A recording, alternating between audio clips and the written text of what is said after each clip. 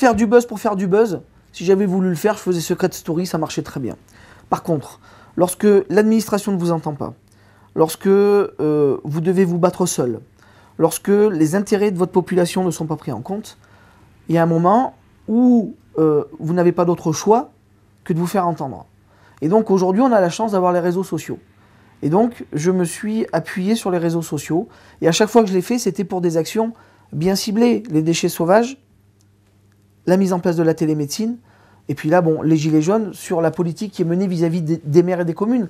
Je veux dire, si j'avais pu éviter de le faire, mais j'aurais bien aimé, moi, être un maire normal, parce qu'il ne faut pas oublier que quand on est médiatisé, forcément, vous êtes à découvert. Et donc, à partir du moment où vous prenez le risque de parler publiquement, les retours peuvent être extrêmement violents. Alors, si j'avais fait du buzz pour faire du buzz, sans résultat, je pense que j'aurais eu effectivement à faire face à des attaques extrêmement violentes. La chance que j'ai, c'est que aussi bien sur les déchets sauvages que sur la télémédecine, on a eu des résultats qui sont extrêmement probants. Il faut savoir que le cabinet de Laigneville, en termes de fréquentation, est le plus gros cabinet de télémédecine de France. Voilà. Donc on a des résultats, ils sont là. La population a compris que même si j'étais un personnage assez atypique, j'étais sincère, je ne trichais pas, et que la médiatisation, c'est ni plus ni moins qu'un outil, non pas au service d'une politique, mais au service de certaines causes.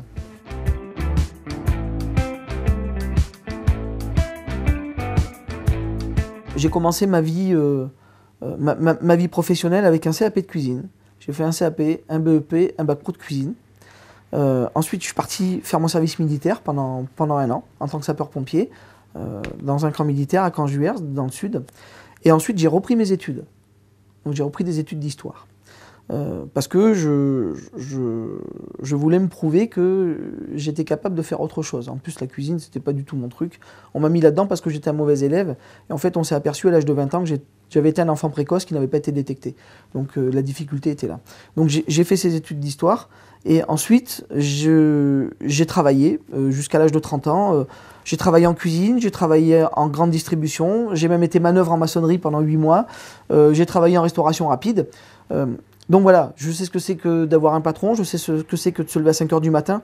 Par contre, toutes ces expériences m'ont énormément appris. C'est-à-dire que mon CAP de cuisine m'a appris la rigueur, travailler en ordre, travailler proprement. Enfin, je veux dire, voilà, si je ne savais pas quoi en faire un jour, aujourd'hui, tout ce que j'ai fait, j'en vois le bénéfice. J'espère avoir suffisamment d'ouverture d'esprit, parce que j'ai beaucoup voyagé aussi pendant 15 ans. J'ai énormément voyagé, donc lorsque j'étais policier, donc ça m'a permis d'avoir un regard sur le monde beaucoup moins binaire. Et tout ça aujourd'hui fait que à 42 ans, quand j'ai été élu maire, je me suis senti à ma place.